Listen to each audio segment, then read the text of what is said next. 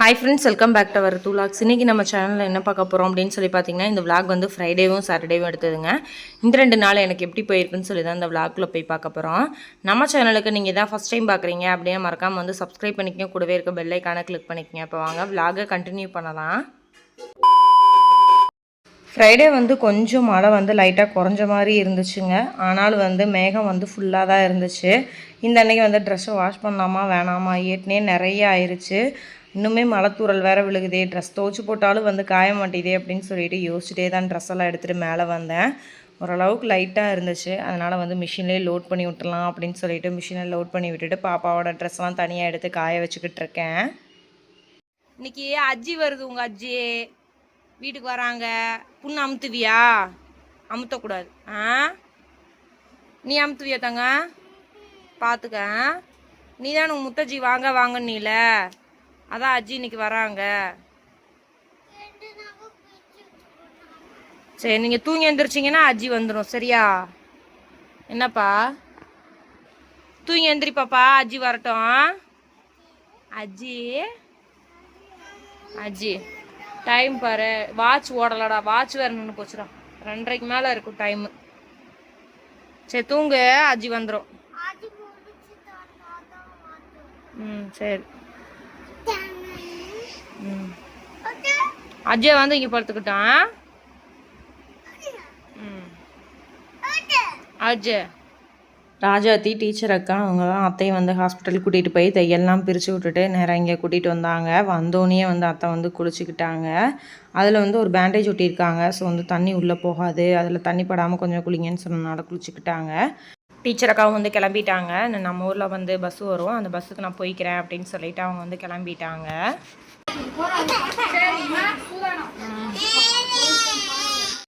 சரி பாய்.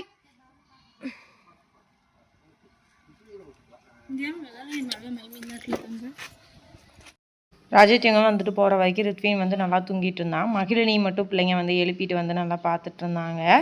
ரித்வீனுக்கு அவங்க பாட்டி வந்ததே தெரியாது. இப்போ வந்து எந்திரிச்சு போய் அவங்க பாட்டி பார்க்குறக்கா போய் நிற்கிறான். போய் பாரு, போ, அப்புறம் உள்ள போ. கால் காலு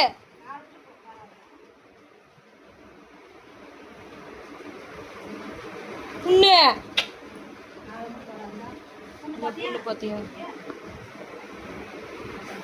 மண்டையாட்டிச்சு. நீ போ. கீழே இருந்தால் லப்பர் பேண்ட் எடுத்து பாப்பாவுக்கு வந்து ஜடை போட்டு விட்றேன் அப்படின்னு சொல்லிட்டு போட்டுட்ருக்கான். அவனுக்கு வந்து போட தெரியல, அதனால் அது வேணாம் பாப்பா அப்படின்னு சொல்லிட்டு கொண்டு போய் மேலே வைக்கிறதுக்கு போகிறான்.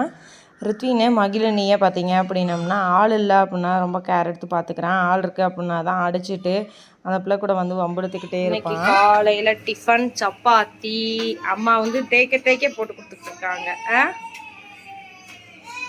உருளைக்கிழங்கு குருமா. பிலிக்கி ரொம்ப நாள் கழிச்சு எங்கள் வீட்டுக்கு வந்திருக்க. ரித்வீன் சின்ன பையனா இருக்கையில் வந்து என்னமோ வாயில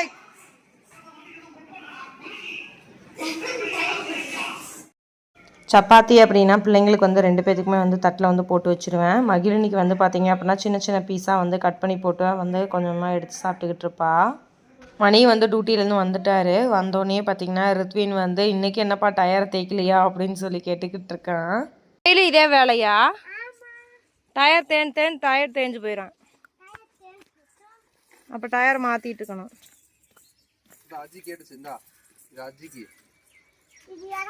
உங்களுக்கெல்லாம் இல்லை,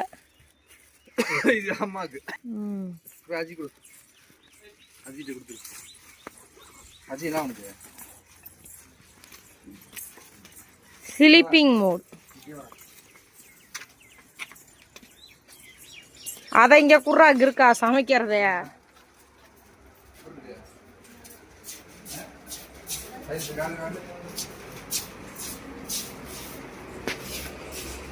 அதை அங்கே கொடுத்து லூஸு.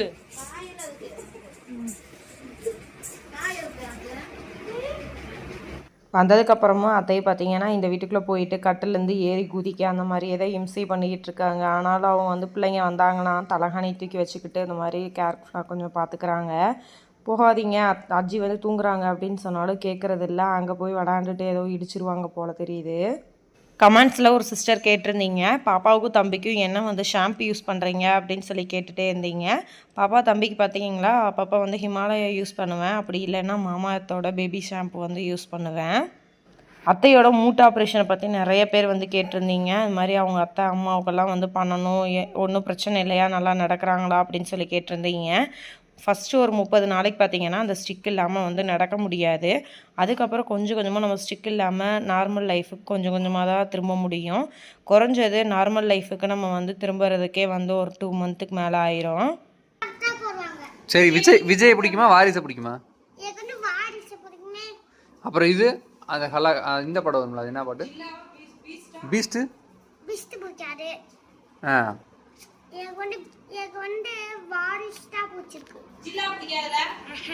அப்ப ரீசன்ட் இப்போ ஒரு படம் வந்துச்சுல, என்ன படம்? லியோ.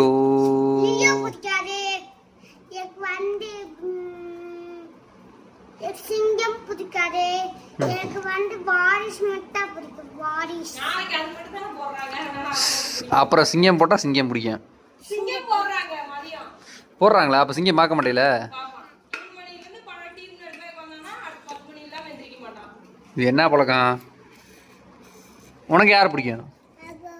அப்பாவை தான் பிடிக்குமா?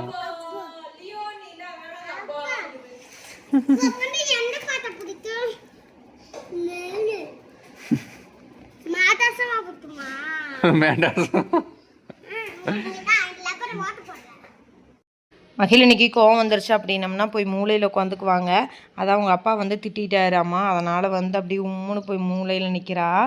மணி இருந்துட்டு இந்த பிள்ளைக்கு வர வர ரொம்ப சேட்டை, ரொம்ப கோவம் வருதே அப்படின்னு சொன்னால் அப்படியே அப்படி தானே இருக்கும். எனக்கு வீட்டில் வந்து இந்த 2 பேரும் பண்ணுறத சமாளிச்சுட்டு 2 பேர்த்த மெயின்டைன் பண்ணுறதுக்கு அப்படின்னு சொல்லிட்டு இருந்தேன். உம்முன்னு போய் ஒரு 2 நிமிஷத்துக்கு உட்காந்துக்குவாங்க, திரும்பி நம்ம சமாதானம் பண்ணுற வரைக்கும். ஆஃப்டர்நூன் லஞ்ச் வந்து நாங்களும் கொஞ்சம் சாப்பிட்ருந்தோம். மகிழினிக்கு பார்த்திங்கன்னா கொஞ்சமாக தட்டில் வந்து போட்டு கொடுக்கலாம் அப்படின்னு சொல்லிட்டு அவளுக்கு வந்து போட்டு கொடுத்துக்கிட்டு இருந்தேன். இப்போல்லாம் வந்து மார்னிங் தூங்குறதே இல்லைங்க மகிழினி, ஆஃப்டர்நூனுக்கு மேலே தான் தூங்குவா. ஸோ வந்து தம்பி பாப்பா எல்லாத்தையும் தூங்க வச்சுட்டு நானும் வந்து ஒரு குட்டியாக ஒரு தூக்கத்தை போட்டு எந்திரிச்சுக்கிறது. யார் காலில் போடணும் பாப்பா?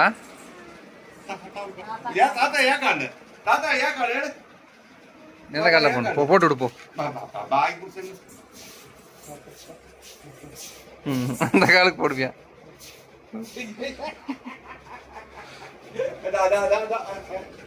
எந்திரிச்சு அழுதியாக்க?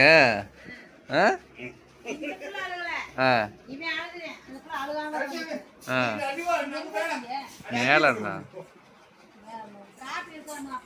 இந்த இருக்கு, சூடு பண்ணிட்டு இருக்குப்பா.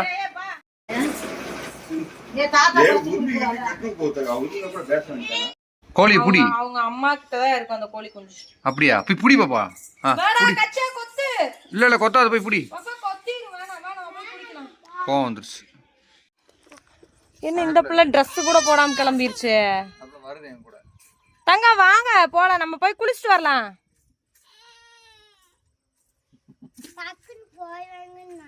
அடே திமுற பத்தி இவனுக்கு டக்குன்னு போயிடலாம்னு நினைச்சானாமா.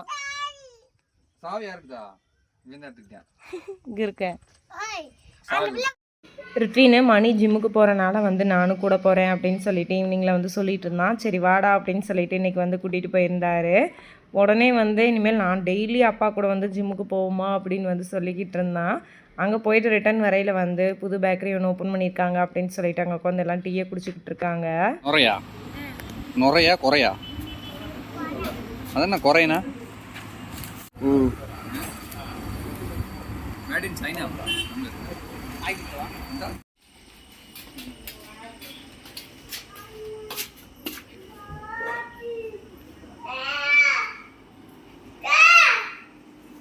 ஏன் கோவமா? அம்மாட்ட சொல்லு எப்படி இருந்துச்சுன்னு. டெய்லியும் ஜிம்முக்கு வருவானா? சப்பாத்தி போட்டுக்கிட்டே விளாக் எடுக்கணும். ஏன்னா தெரியணும் நான் தான் சப்பாத்தி சொல்றேன். இவ்வளோ சப்பாத்தி யார் சுட்டா? அப்ப சொல்லு.